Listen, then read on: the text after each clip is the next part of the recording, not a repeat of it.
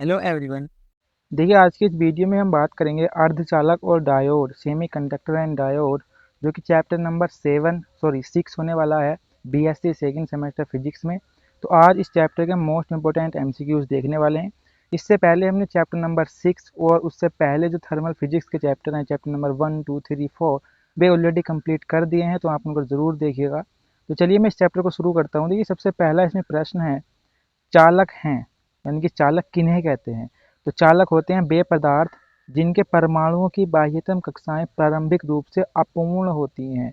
प्रारंभिक रूप से अपूर्ण होती हैं, यानी कि फ्री इलेक्ट्रॉन उनमें होते हैं, और जिनके कारण ये चालक कहलाते हैं। तो ऑप्शन नंबर ए इसका करेक्ट ऑप्शन यहाँ पर हो जाएगा।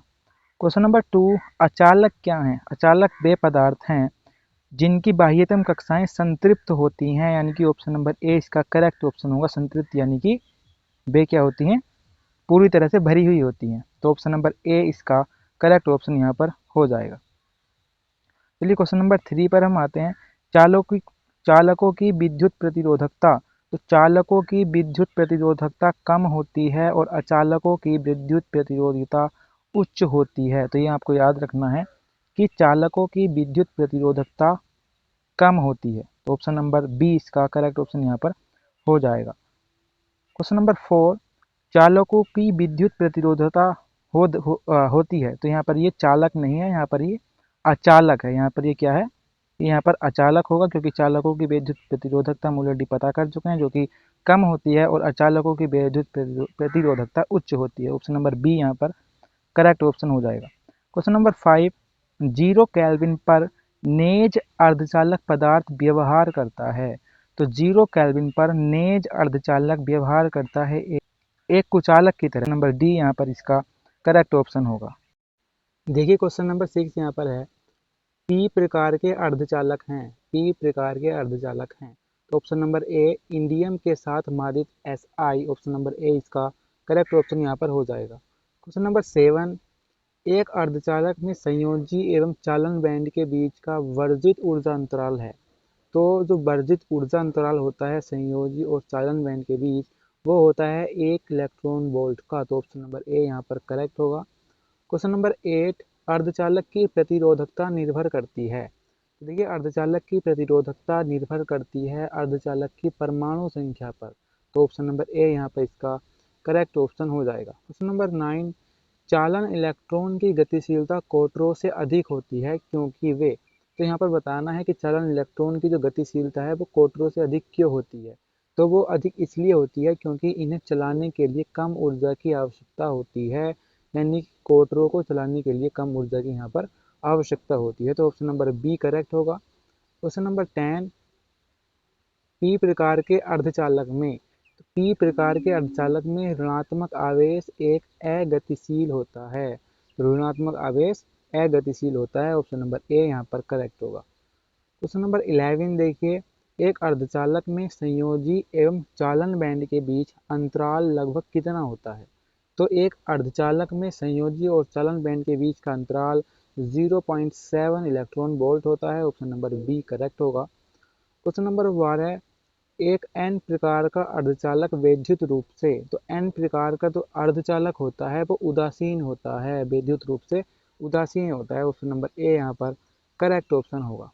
क्वेश्चन नंबर 13, नैज अर्धचालक का ताप बढ़ाने पर। तो नैज अर्धचालक का ताप बढ़ाने पर अर्धचालक की चालकता बढ़ती है, यानी कि वो और अधिक चालकता प्राप्त कर लेता है। ऑप्शन नंबर बी यहाँ पर करेक्ट ऑप्शन होगा। क्वेश्चन नंबर 14, जब एक अर्धचालक को गर्म किया जाता है तो इसका प्रतिरोध। तो जब एक अर्धचालक को हम गर्म करते हैं तो उसका प्रतिरोध घटता है।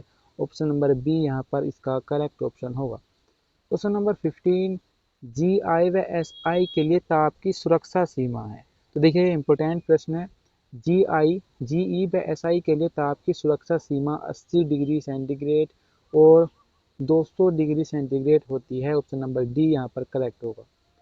क्वेश्चन नंबर 16, अर्धचालक में 5 संयोजी अशुद्धि मिलाने पर बनता है। तो 5 संयोजी अशुद्धि मिलाने पर एन प्रकार का अर्धचालक बनता है और 3 अशुद्धि मिलाने पर पी प्रकार का अर्धचालक बनता है।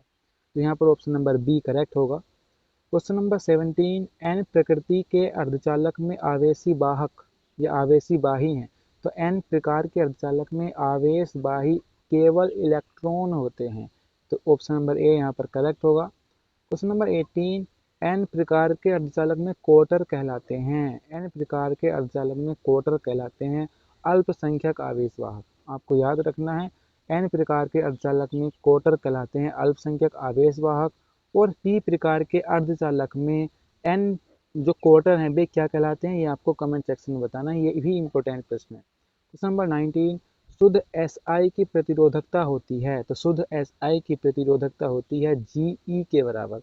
ऑप्शन नंबर बी यहाँ पर ऑप्शन नंबर बी यहाँ पर करेक्ट ऑप्शन होगा। क्वेश्चन नंबर 20, एक अर्धचालक विद्युत उदासीन होता है, तो एक अर्धचालक विद्युत उदासीन होता है जब समान मात्रा में धनात्मक एवं ऋणात्मक आवेश उपस्थित हों, तो ऑप्शन नंबर बी यहाँ पर इसका करेक्ट ऑप्शन हो जाएगा। क्वेश्चन नंबर 21, दैट इज अग्र अभिनत में डायोड व्यवहार करता है।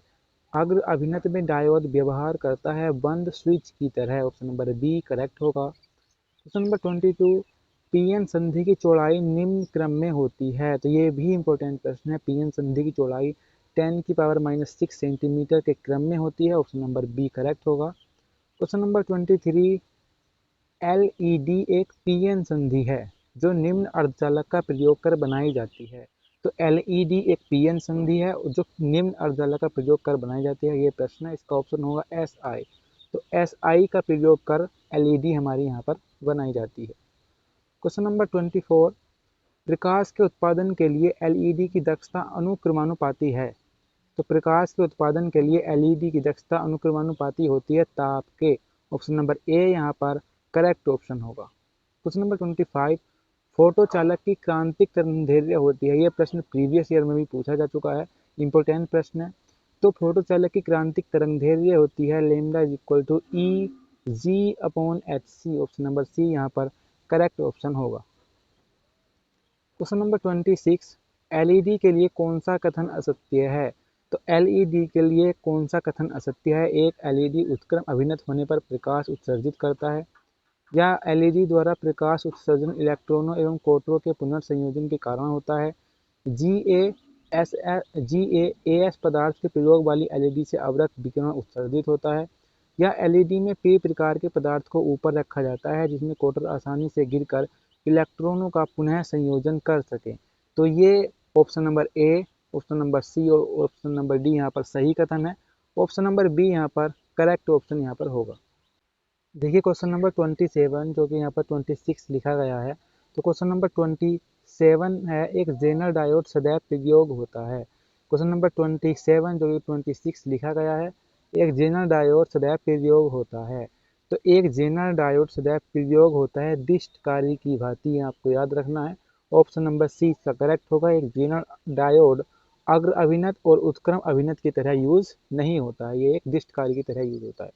क्वेश्चन नंबर 28 जो कि 27 लिखा गया है, सुरंगन डायोड में अवक्षय परत की मोटाई कितनी होती है, मीटर में आपको ये बताना है। तो सुरंगन डायोड में अवक्षय परत की मोटाई होती है 0.1 इंटू 10⁻⁻7, ऑप्शन नंबर सी यहाँ पर इसका करेक्ट ऑप्शन हो जाएगा।